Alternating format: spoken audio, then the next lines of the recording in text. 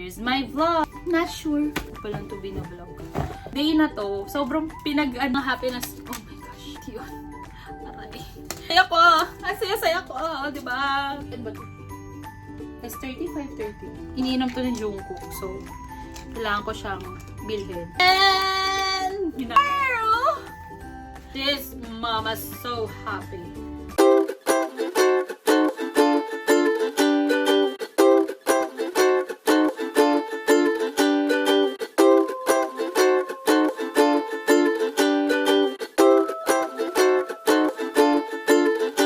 Hello everyone! I'm back! Grabe, sobrang tagal talaga ng sumunod na vlog ko As in years! Happy New Year sa inyong lahat, no? And yes, I'm here, I'm back. One goal ko kasi for 2025 is mag-document ng mga bagay na na-experience ko. Ito, ang dami ko na naman sinasabi. Start pa lang, intro pa lang, pero ang dami ko nang sinasabi, no? Today, ang gagawin ko lang is, sobrang tagal na nito. Last December, pumunta ako ng South Korea. This girl got her dream na makapunta sa South Korea, the favorite city, the favorite country of this girl. Napuntahan na natin finally last December. So, I'm very, very, very happy last December. Kasi na-accomplish ko yung long time dream ko na mapuntahan yung Korea. That trip was the most awaited trip for me. I wanna share yung mga items na nabili ko doon. And I think good finds talaga siya.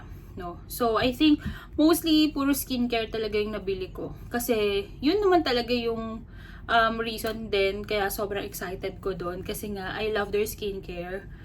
And yeah, just to start with that one, no, let's start with the haul na. Top of list ko is eto, Laneige. I don't know kung paano siya basahin, pero ito talaga yung ginagamit ko from 2024, started using this one noong 2024. Ako nagbe-breakout kasi mostly pag bumibili ako ng mga ganito, nagbe-breakout talaga si ate girl. So, eto, hindi ako nag-breakout. And sobrang ganda niya. Like, pag gising mo, sobrang fresh ng face mo. Like, grabe talaga siya. And I really like yung scent nito. Sobrang bango talaga. Actually, hinahanap ko is yung kay Jean dapat. Pero hindi ko siya nahanap. Unfortunately, hindi ko talaga matsyempohan yung store nila dun sa may Myeongdong. Lagi kasi kaming late nakakabalik because of the activities. Tapos parang agad na nag-close yung store doon. I recommend na kung itry nyo to and then kung mahiyang kayo, sulit talaga to, worth it to. I got this one. Ito, yung BB Lab na ano nga ba to? Collagen? Nakita ko siya sa K-drama. So, binili ko siya kasi nakita ko siya sa K-drama. Tapos gusto ko siyang itry. Kasi nga collagen. Sabi niya, good for the skin. Mukha siyang maganda. I check naman the reviews. Mukhang okay siya. Pero, I'll update you guys once na na-try ko na tong product na to. But yes, definitely, this is also a haul na I wanna really try kung okay talaga siya. Next is, of course, ito, ang walang kamatayan din na, ito talaga favorite product ko talaga to. So, this is a sleeping mask. Maganda siya, actually.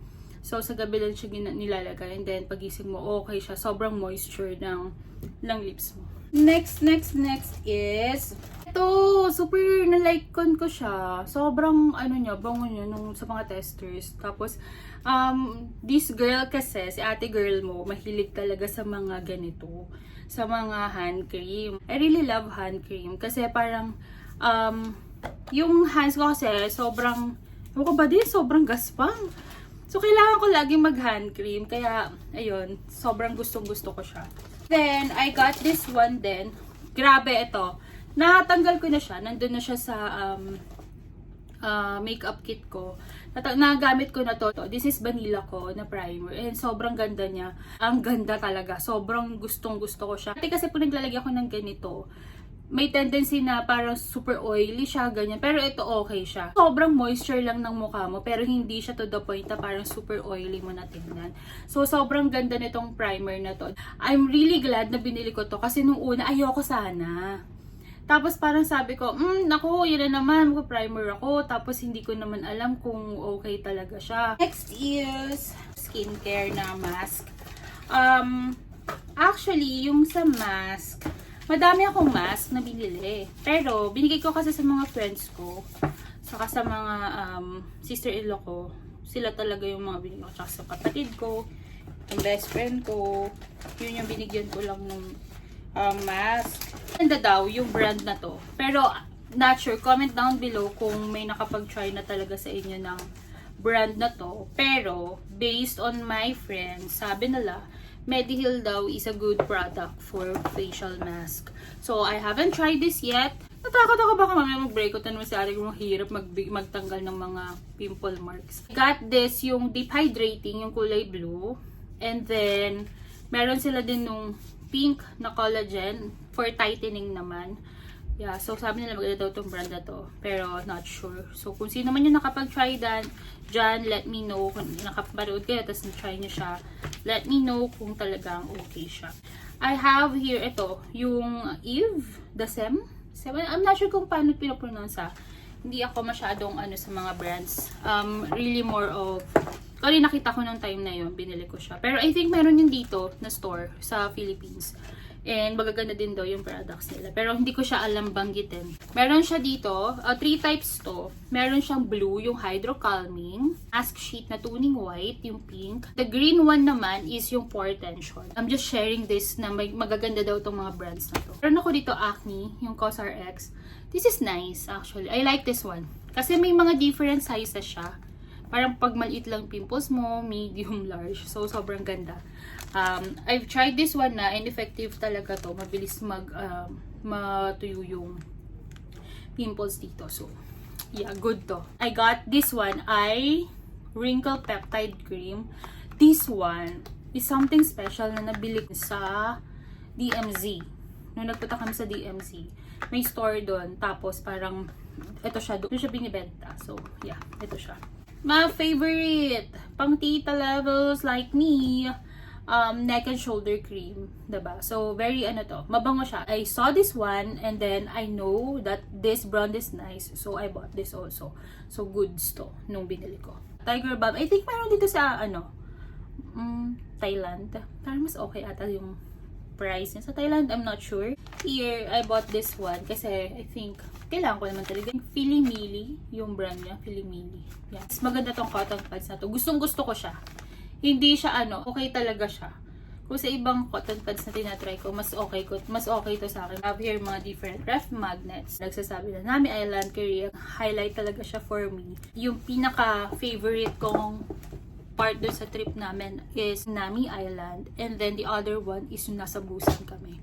Those two places are my favorite places na parang kahit balik-balikan ko siya, nakaka-enjoy, nakaka-relax. I really appreciate the view, the vibes, the nature. I really love those kinds of places na marerelax ako. Day na to, sobrang pinag-andaan ko yung style ko, ganyan. Tangan nakakulot ako, ito yung susuotin ko. Na-picture out ko na pag nagnami ako, ito yung susuotin ko. Very important place for me. Sobrang happy ko talaga nung nandyan ako sa area. The other ref magnet I bought is sa DMZ.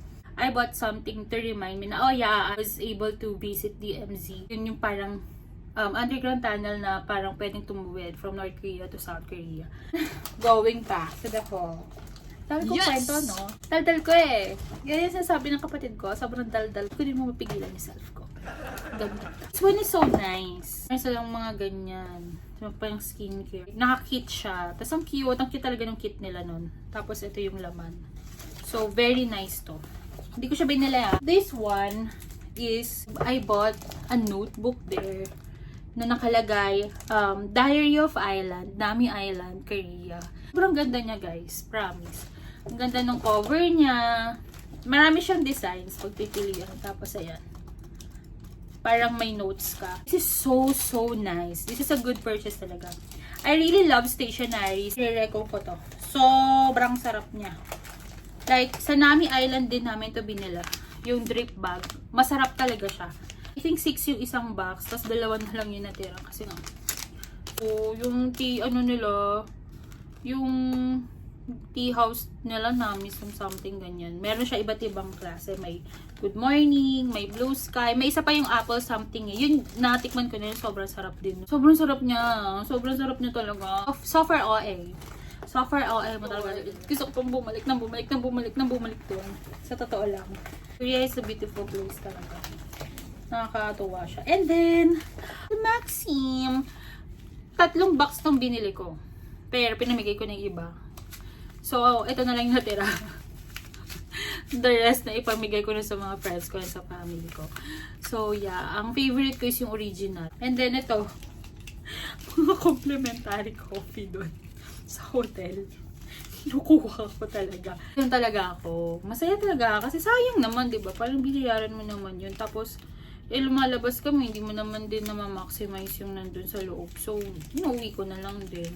Okay naman yan. I think, signature na natin mga Pilipino yun na nag-uwi ng mga complimentary, coffee, sleepers, ganyan. Pag nag-hotel kami dito sa Philippines. And then, next is kombucha. Iniinom to ng Jungkook. So, kailangan ko siyang bilhin. Sarap nga nito. Di na ako nagtataka bakit favorite nito. Diba? Ito, sa DMZ ko din to binili. Korean Red Ginseng. Ito, madami akong biniling ganito. Salubong ko sa parents. Sabi nila, ito daw, yung mga ginseng daw is very good talaga. Ito yung binigay ko sa kanila. Favorite ko to! So far, OA. Copy ko! Mga K-drama, guys. Sobra. Nung nakita ko to, kinikilig talaga ako. Lalo na nung nandun ako sa Namsan. Feeling ko talaga, ang lapit ko kay Lee Min Ho. Girl! Yung kilig, grabe talaga. To the end, power talaga yung kilig ni ate girl doon. Sobrang saya ko talaga doon. Down to my 2 favorite purchase talaga from my Korea trip. Tadaan! I bought this one. Pinigilan ko talaga yung sarili ko wag bilhin to sa online. Kasi nga, sabi ko talaga, punta ako ng Korea, maghahanap talaga ako nito, tapos bibilhin ko siya. Happiness. Last, but not the least. This girl, got it! I got this! Ano ba to? S30, 530. New Balance 530. Hindi ko alam kung anong brand. Hindi ko alam kung anong style to. Twinning kasi kami nung mga kaibigan ko. So, 3 kaming bumili nito. Nagkabudulan kami lahat. So, sabay-sabay namin binili yan. And then, ito yung sobrang tagal ko pinag-isipang bilhin. Which is Lululemon. Kita ko to. Nabudol ako. Nabudol ako. Yun lang. That's it. Hopefully talaga magawa ko na yung vlog ko doon. Tinatry ko siya talagang tapusin. And for 2025, ang goal ko kasi is, alam mo yun, explore ko yung mga bagay na hindi ko ginagawa before. So yeah, let's try it. Diba? So, in time, makakagawa din tayo ng sarili nating mga editing. So, ayun lang guys. Let's try to change and try to be more lively. I hope nag-enjoy kayo. Masaya naman, nag-enjoy ako sa ganitong etong video na to. Sobrang nag-enjoy ako kasi at least, diba guys, nakikita, kung nararamdaman nyo lang, yung saya ko talaga nun. Grabe talaga. I'm happy na i-share sa inyo yung mga nabili ko doon. And hopefully, praying if God's will na makabalik ulit doon. The soonest. Cross finger. Lord God, guide me.